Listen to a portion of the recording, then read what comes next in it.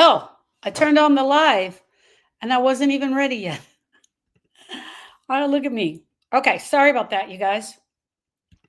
I didn't mean to start the live already. That's interesting. And it's just like, you're live, and it was black. The screen was black. Okay. Hey, everybody. Welcome. My name is Sharon Brubaker. I'm a grief specialist. I sit with women while they are grieving so they can feel heard, understood, mostly so they can feel like they have a space. They have a space to share their story. They have a space to share their grief. And today is Thursday, and it's my Friday. Today is my Friday. But I have a really great class planned for you guys today, and I wanted to share that. Hold on, I'm trying to get all the lives hooked up. So let's see if I need to go. I bought a new board, thinking that it would help me keep everything lined up. I don't know about that, so we're going to see, because it looks really small. So I might have to use 2 lines. All right, everybody. How's your day been? How did it go today? How did you survive today? How was the grief today? How'd your heart do today as you were out, about, grieving, feeling the pain, processing the pain? How did your heart actually do today? Today, I want to talk about why we fear forgetting. Hey, Aida. Hey, Suzanne. I want to talk about why we fear forgetting, losing our person. Why do we feel that we're going to forget them after we've lost them? I'm sorry, let me correct that. Let's tell the truth. Because the world really does. We fear that our person is going to be forgotten because the world really does forget them. They really do this number on us with our people. They stop asking about them. This is what we were talking about last night. They stop asking about them. They start asking about where they're, how we're doing in our grief. They stop saying their name. And we perceive that as grievers, as if the world has forgotten our person. And we are hell-bent on making sure that they're remembered. And because we're hell-bent on making sure that they're remembered, one of the things we do is we do not want to move away from this pain. I can't even tell you how many times people tell me, I don't want to forget him. If they come in and they start doing the work, if they come in and they start doing the grief work, they'll tell me, I don't want to forget my person. Almost as if this marker is a magic wand. Almost as if what I have in this marker, I can use to take away their memory. It's just, you guys, I've heard it so many times. It just blows my mind. Okay. I am teaching, why do we fear forgetting our person? But it was also another chapter that didn't make it into the book, and I'm teaching out of that book. Our grief becomes, for many of us, our last connection to them. Our grief becomes our last connection.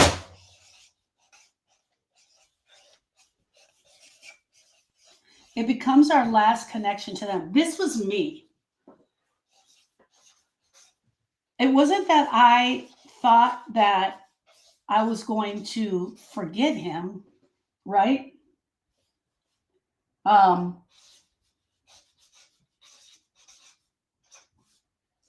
Oh, I didn't mean to put that. It becomes our last connection. Our grief becomes our last connection to them. For me, it wasn't that I felt I was going to forget him. I didn't want the pain to go away. Grievers don't fear forgetting in the way that people think. It's not in the way that people think. Like all of a sudden, their memory is going to be pulled from your mind. It's not just about forgetting their voice or what it sounds like or what their hands felt like or what it felt like when they sat next to us and they gave us a hug, what they smelled like. What did it feel like when their hands held my hand? We know that some of that is going to fade, but it's deeper than that. It's much deeper than that. It's the fear that if you stop hurting, it means that they didn't matter, right? If I stop grieving, did they matter? If I stop grieving, did they matter to me? We also think that we will be judged by our grief if we let the grief go. If I stop grieving, did they matter? This is a great question. This was me 100%. I'm telling you guys, these two were me 100%. I'm going to get into that story a little deeper. It's the fear that if I stop hurting, did they really matter? Am I showing the world that they really mattered if I stop grieving? Will people judge my grief?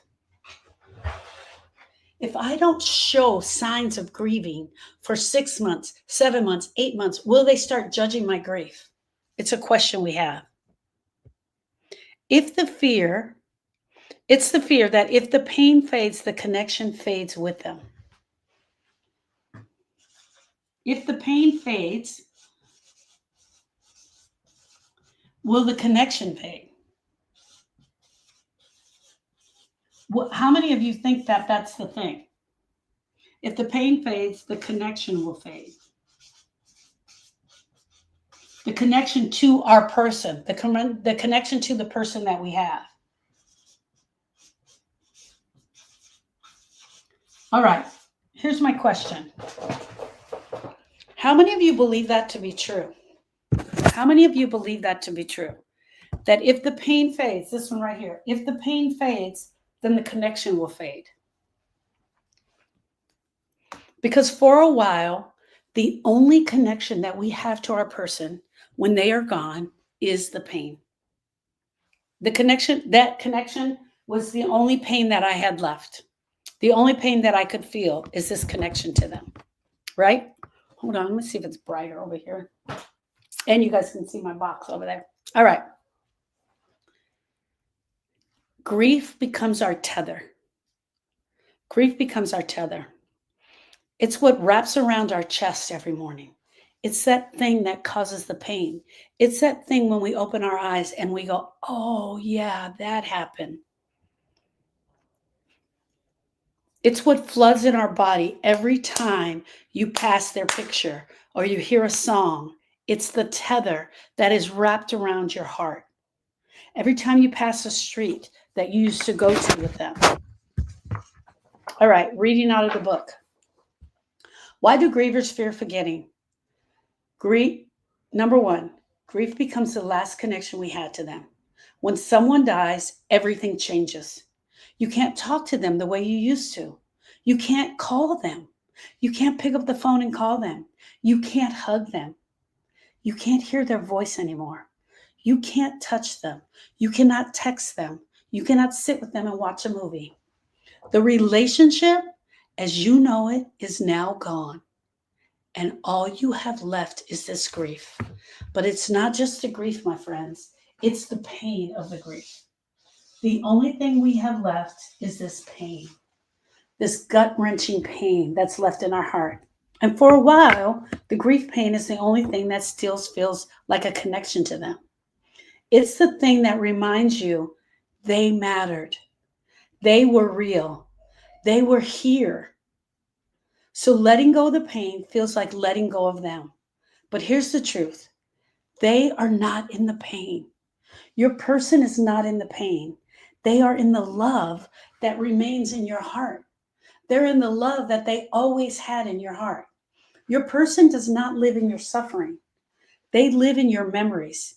They live in your love, and they live in your story. Your grief story matters, and it matters to you, and it should matter to everyone around. Your person does not live in your suffering. Love does not disappear, but the pain will fade if you go after it and do the work. All right. This is from Grieve That Shit, my book, Grieve That Shit. And this is a chapter that doesn't make it into the next book. And so I wanted to teach from it. The book should be coming out at the end of the 30th of this month. doing everything. We just start typesetting it today, getting it all typeset, and you can sign up to get on the wait list for that. When the pain is the only thing that still feels real, of course you cling to it. It's the only thing you have left. He was here, you loved him, and the next day you wake up tomorrow and he's gone. And what are you left with when they're gone? You're left with the pain. You are left with this pain. Okay? So they are gone. I hope this doesn't hurt you, but they're gone, and we have the pain.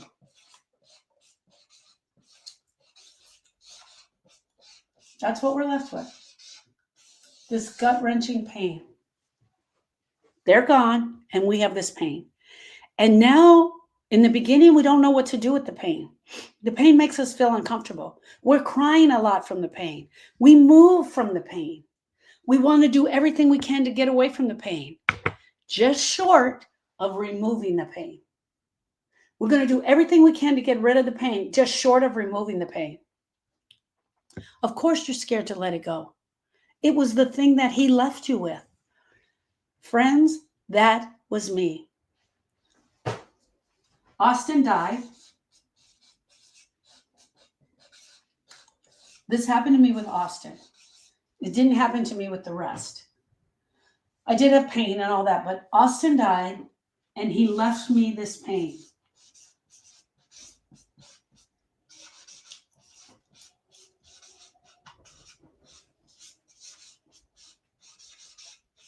Hear me out.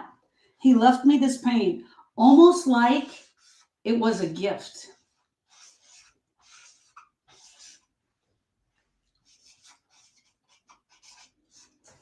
I kid you not, I was walking around like he gave me a gift.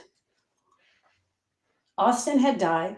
I was trying to help Erica, but I felt like I had this pain that Austin was helping me with. And I was taking care of it. And I would walk into the room and I would gently set it down. And nobody could touch it. Nobody could move it. But I would gently set it down. Or I would pick it up and I would move it over here. Wherever I went, I carried it ever so gently with me because I wanted it to be there. But here's what no one told you. No one told me that Austin wasn't in here. I was honoring my broken heart like it was a diamond. I was honoring it and taking care of it like it was gold. I distinctly remember being with my grief specialist one day and her talking to me about doing some work on my broken heart. And I said, no, I'm not doing that. I'm not doing that. And tears were coming down my face. And I said, if you do that, you're going to take away the pain. And she was like, yes, we're going to take away the pain. But if you take away the pain, I won't be able to sense him anymore. Those were my exact words, 100%. I won't be able to sense him anymore if you take away the pain. I thought, honestly, with this gift that he left me of this pain, that it was still Austin to me. I honestly felt like I was still sensing Austin because I had this pain. And she looked straight at me and she said, honey, I'm so sorry. I'm so sorry. And I know that doing this is really hard. But what I want to tell you is that if you do the work, the pain will be gone. And that spot where the pain was, you guys hear me show you, this is the pain. The spot where the pain was will be filled with love.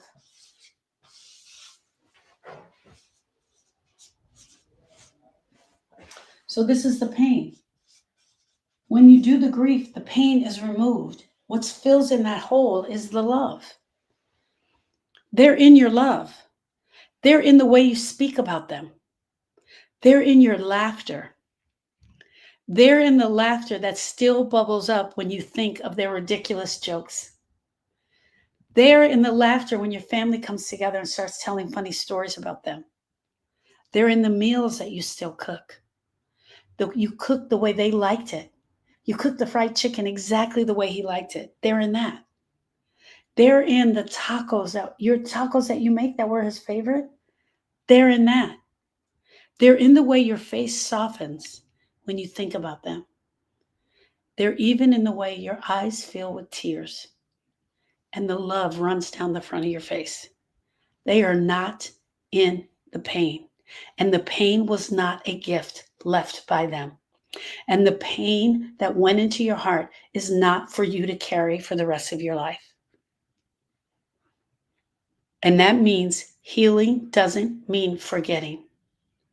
Healing means shifting the connection from the pain to something more life-giving, period. Okay. Society tells us to move on. I'm reading back from the book. I wrote a book called Grieve That Shit, and it's coming out on the 30th. And this is a chapter that didn't make it in the book. Society tells us to move on. It means, to us, means leave them behind. People are terrified of the phrase moving on. It sounds like packing them up in a box, shoving them in the closet, and like making space in your life for something else. They died. You need to move on. You need to get something new. It's almost like they're trying to tell us that they didn't matter. Thank you guys for the gifts. But moving forward is not the same as forgetting. Healing doesn't mean leaving them behind. It means carrying their love without carrying the pain and suffering. Living your life in a way that honors them. Keeping their memory alive in a way that feels good, not painful. You don't have to be drowning in the grief to prove that they mattered.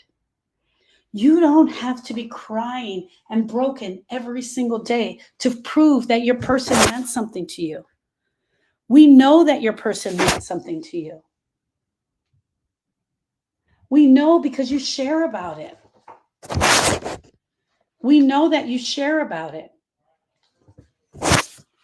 Okay, back to the lesson. That was out of the book.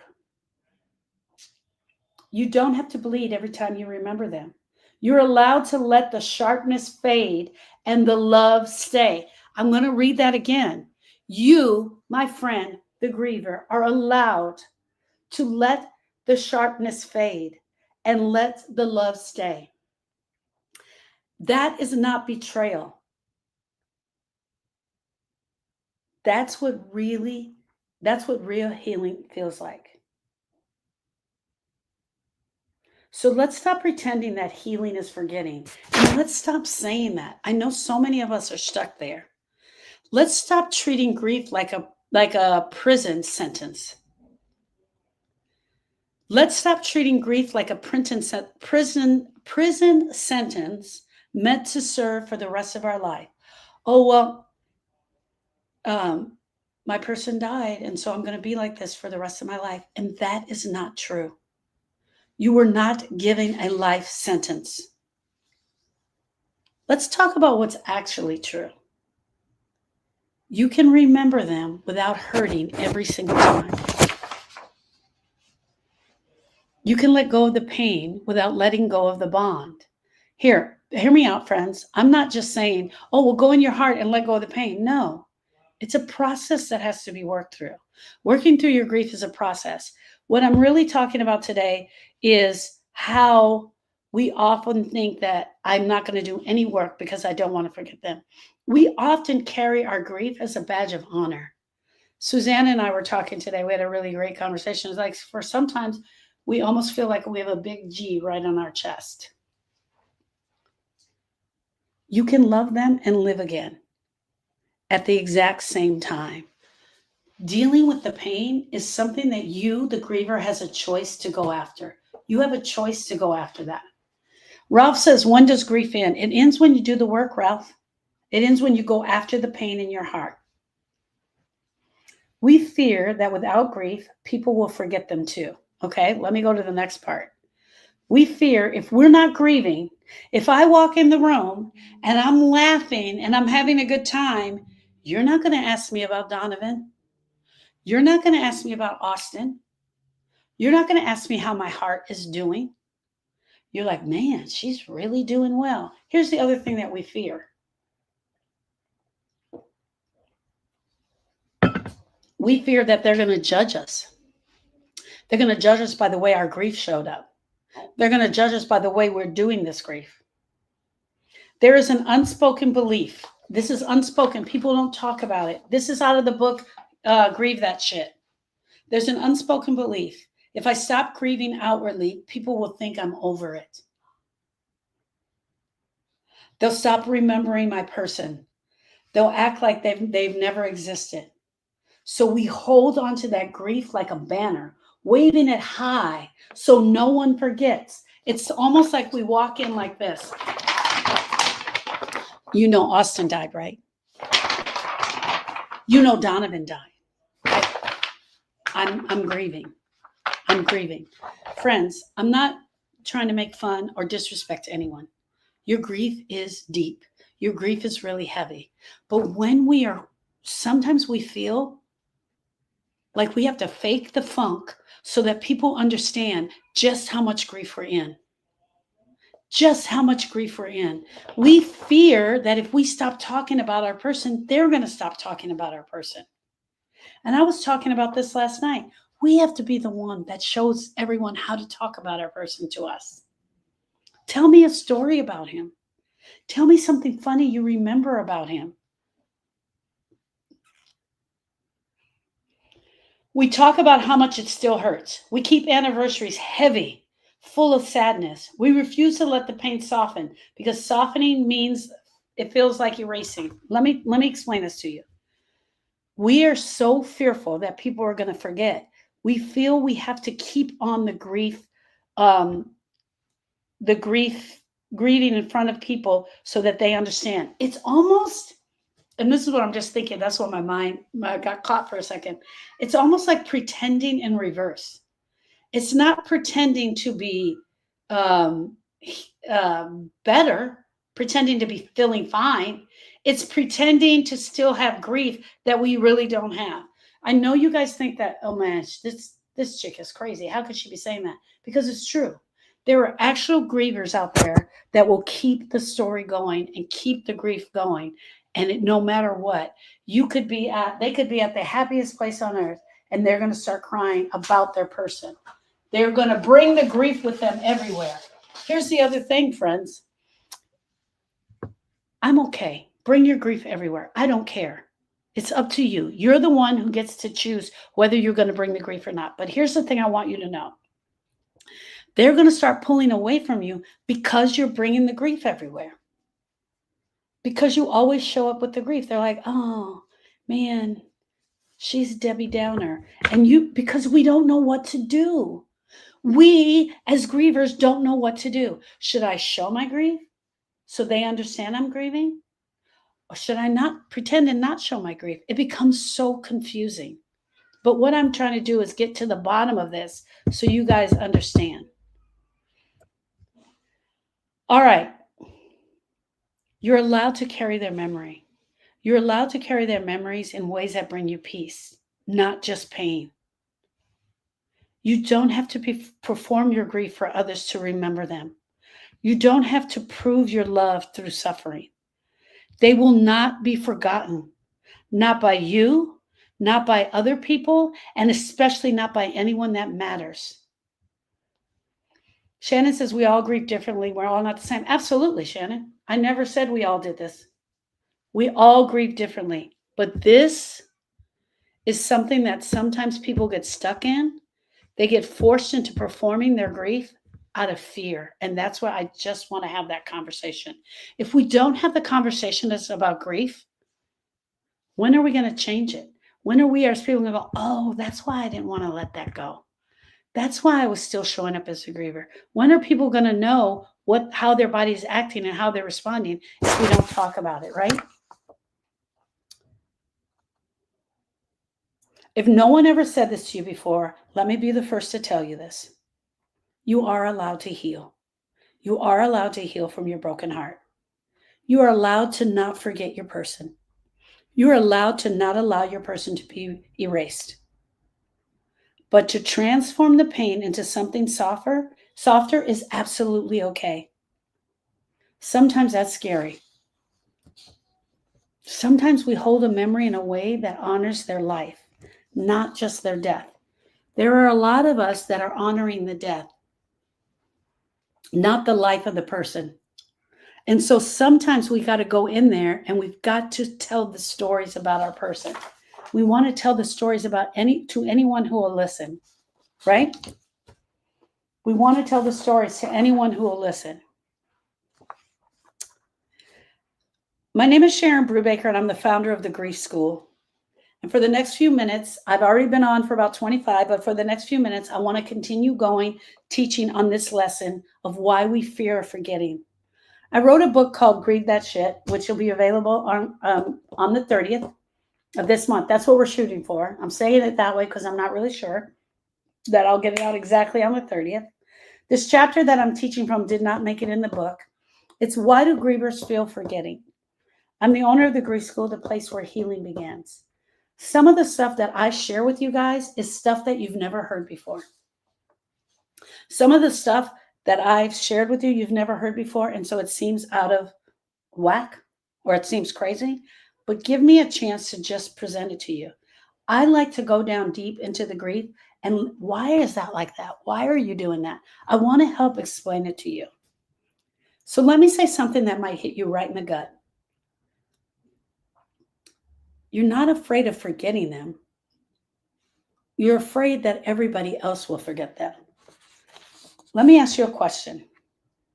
How many of you right now, between the lie, all the lies, and you can just put a 1 in the comments, how many of you need to move on right now? How many of you put a 1? And if you're like, no, I'm not moving on, put a 2. 1 for moving on, 2 for no, I'm not moving on. What's wrong with grieving no matter how? There's nothing wrong with grieving, Shannon. There's absolutely nothing wrong with grieving. Everybody should grieve. Everybody should grieve. Everybody does grieve. Everybody will grieve. Debbie said 1. Rosa said 1. Katie said 1. Nina said 1.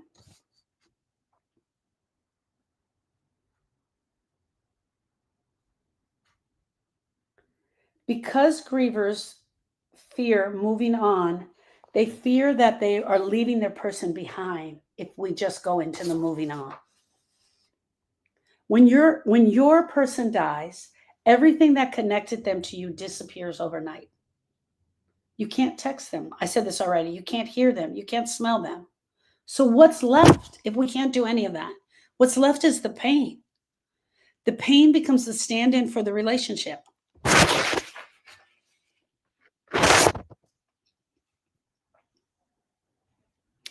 I want to talk to you guys about a client that I had that was absolutely stuck in the pain. She kept replaying the moment that she was in the hospital. She kept replaying the last moment that she was in the hospital room with her mom's and her mom's death. And every time she started to feel just a little bit of peace, she would yank herself back and go back to that memory of feeling her mom in the hospital. Even if she got some relief, she would just go back to that story anytime. If she was eating a donut and she enjoyed it, if she was eating a cup of vanilla ice cream and she was enjoying it, she never allowed herself to have peace. And she would tell me this over and over again. No, I can't do that.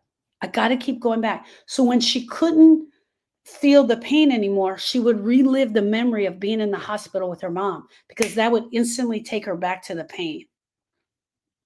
Because she thought if she allowed peace to come, if she started to enjoy even for a minute, the memory of her mom was going to fade away. But I want you to know that we had to work through that. We uncovered the truth. Her mother wasn't in the hospital the moment she was doing the memory. The moment she was going through the memory, I had to help her understand your mom is not in the hospital. You are not in the hospital. You're forcing this pain. Her mom was in the 27 years of her life. Her mom was in the 27 years of her life. 27 years of birthdays, of dinners, of cakes, of dancing, of jokes, of fun, of car rides,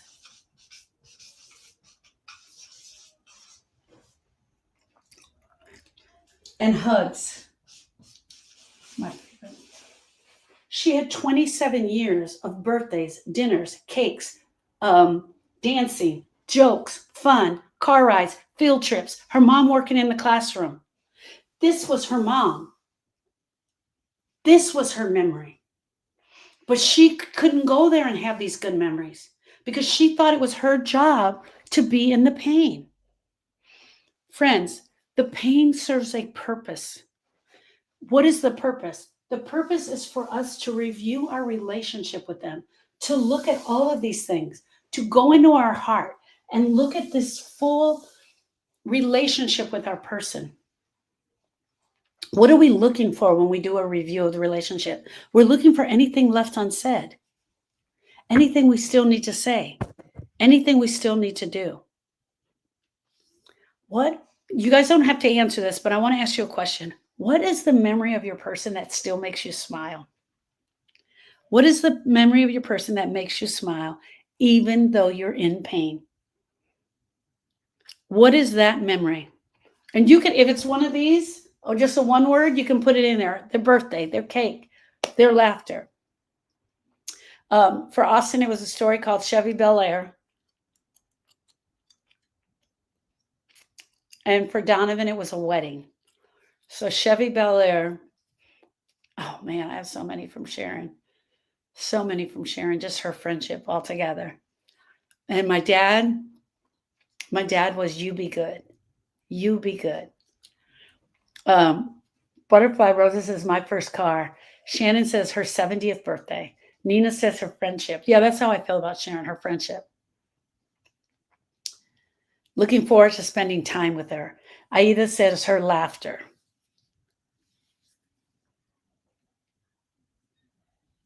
Hearing her laugh, her reading to me. Those are the things, the memories that even though we still have pain, we can still get a smile from that. A coffee or something really loved.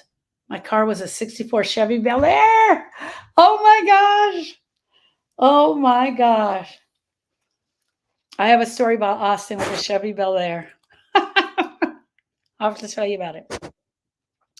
Okay, here's the core part of the teaching. Our society will tell us that time heals. All right? These are the things that they tell us. Time heals. Time will heal it. Just wait.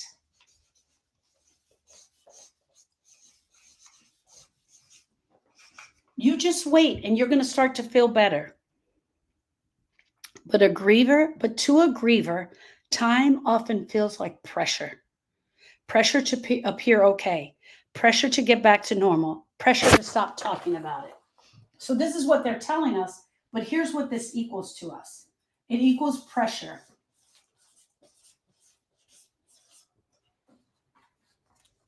Pressure to appear okay. Pressure to get back to normal. What is that even?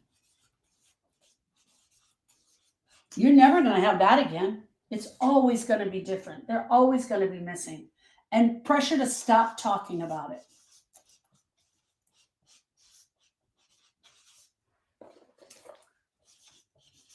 Pressure to stop talking about them.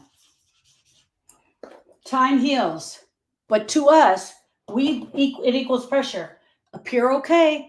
You got time. You're already in your time. How long are you in your time? So you got pressure. I want you to appear okay. I want you to get back to work. Stop talking about it. Stop talking about them. You're told to move on. But there's a problem. That phrase sounds like being asked to put them back in the box, like you're erasing them so the world can feel comfortable again. We're expected to show up with our grief in a certain way so that they can feel comfortable. At least that's how we perceive it. Here's the other thing of how we perceive it. If I put them back in the box, are people going to remember them? But healing isn't about moving on. It's about moving forward with them in your heart. Healing equals moving forward.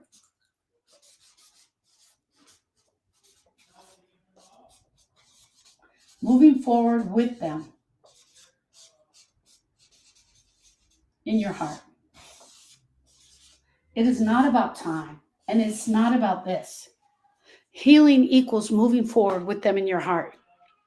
You're not letting them go. You're not letting go of the weight that's been keeping you stuck. What healing actually looks like is you can talk about them without falling apart. You can say their name without totally crying. You can laugh at little quirks that they used to do or sometimes what you do. You celebrate their birthdays, not just their death day. You absolutely celebrate their birthday with love, not with dread. You don't freak out every time and fall apart every time their birthday starts to come. You remember them, sometimes through tears, but most of the times without.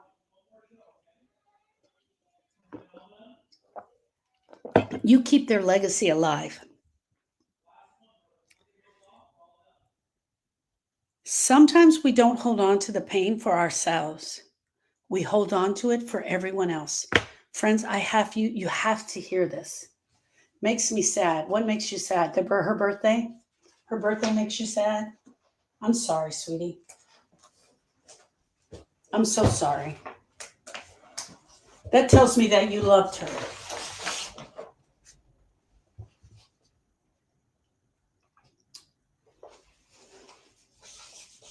Sometimes we hold on to the pain for them.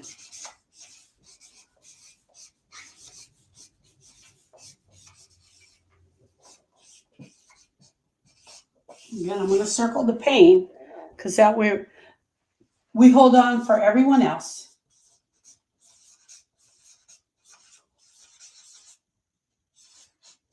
We're holding on to the pain for everyone else. We think if we stop talking about it, they'll stop remembering. So they don't stop remembering. We want them to keep remembering. I want you to remember every story about Austin. I want you to talk to me about Austin all the time. That's unrealistic. They're just not going to do that. And right now, today, Austin's been gone 19 years. I've been teaching for 18 years. Right? It's up to us. Butterfly Rosa says, honor them, honor your heart. It's up to us to honor them. And people will come along with us if we seem like we're okay with it. They will come along. I promise you. So they stop asking about them. They don't.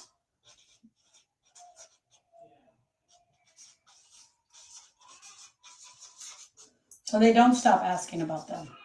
Right? I'm okay.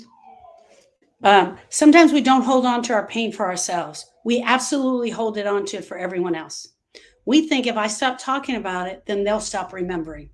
If I'm okay, they'll think I'm over it. So I got to pretend like I'm still in it, deeply, deeply in it. If I smile, then I'll forget how much it hurts. So we keep our grief visible. We wave it like a banner. Don't you dare forget that they existed in my life. But here's the truth. You don't need to prove your love. You don't need to prove your love. You don't need to prove your love.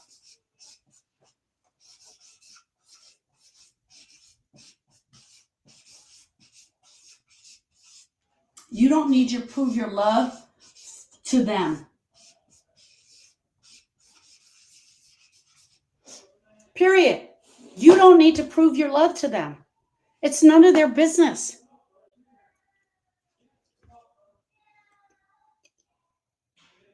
Oh, Deborah.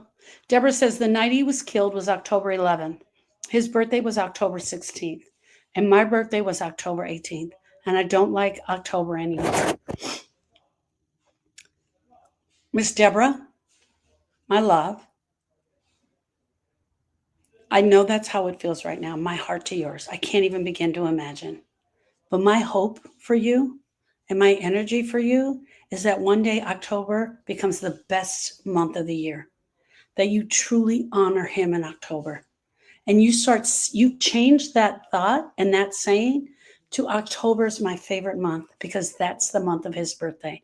And you may not be there right now, but that's a goal that I have for you. That someday soon you will be there. But here's the truth. You don't need to prove your love through suffering. Your person is not forgotten just because you're healing, just because you're doing your work. Your person is and the person who matters will remember them.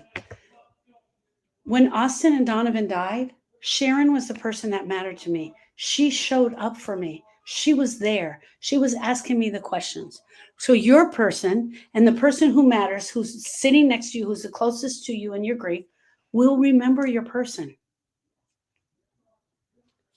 Friends, grief pain is absolutely raw. It hijacks your body. It tightens your chest. Racing thoughts and fatigue run through you all day. Missing someone is huge. Your love is going to show up in a different form. It's going to be at most times for you bittersweet. It's going to soften. It's going to change, but it doesn't have to control you. Your grief doesn't have to control you. It's not the boss of you. You were never meant to suffer for the rest of your life. You were meant to heal and do the healing work. Grief serves a purpose, and that purpose is to do the review and go through the grieving process, and we are supposed to come out on the other side. You were meant to heal. You can love them without agony. I promise you. The key to doing all of this is doing the completion work that is so important for us to do. Okay, I'm going to wrap up here. I'm going to read one more thing from the chapter that didn't get in the book about grief being a life sentence. Your grief does not have to be a lifelong sentence of suffering. Let's just call it out. You've been fed the wrong message about grief. The world says you'll carry this pain forever and that you will always feel this raw. That you'll just have to learn how to function with a broken heart. But that's not healing. That's surviving. And while surviving might be enough for some people, I know that you're here because you want more than that. You want to feel alive again. You want to stop holding your breath and waiting for the next wave to crash. You want peace, not just pain management. Here's what nobody else will say. Grief ends when it's processed all the way through. And I believe that 100%. When we process out the pain of our broken heart, our grief, we can heal the grief. I want to summarize this and leave it here. Your person is not in your pain. They are in your love. You don't have to suffer to prove that they mattered.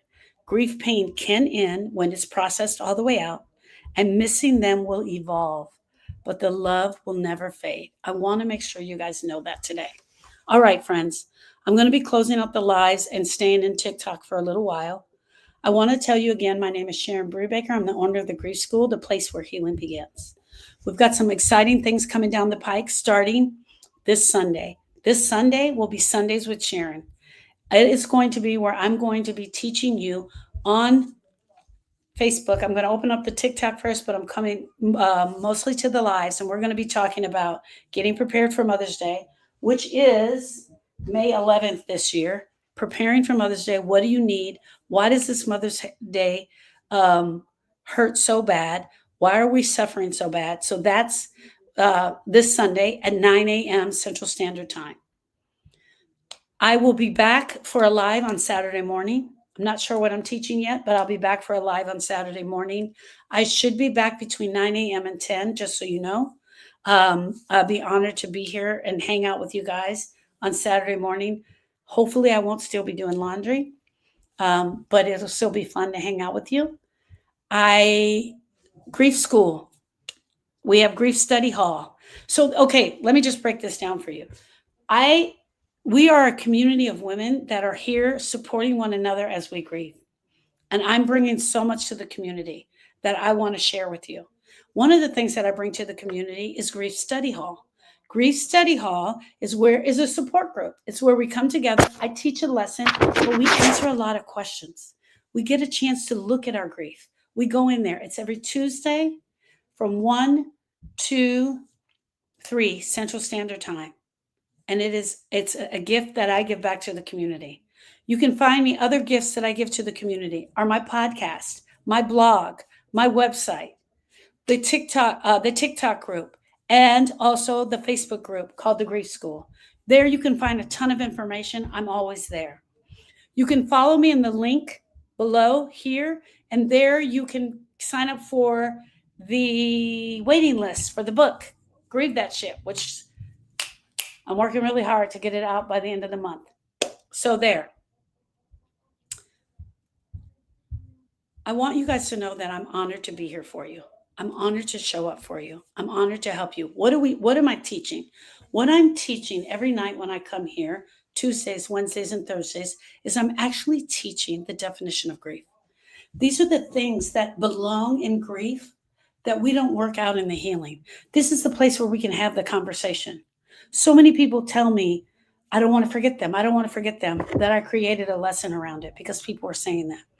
If you want to know the answer to something or you want me to do some work on it, just let me know and I'll create a lesson around it.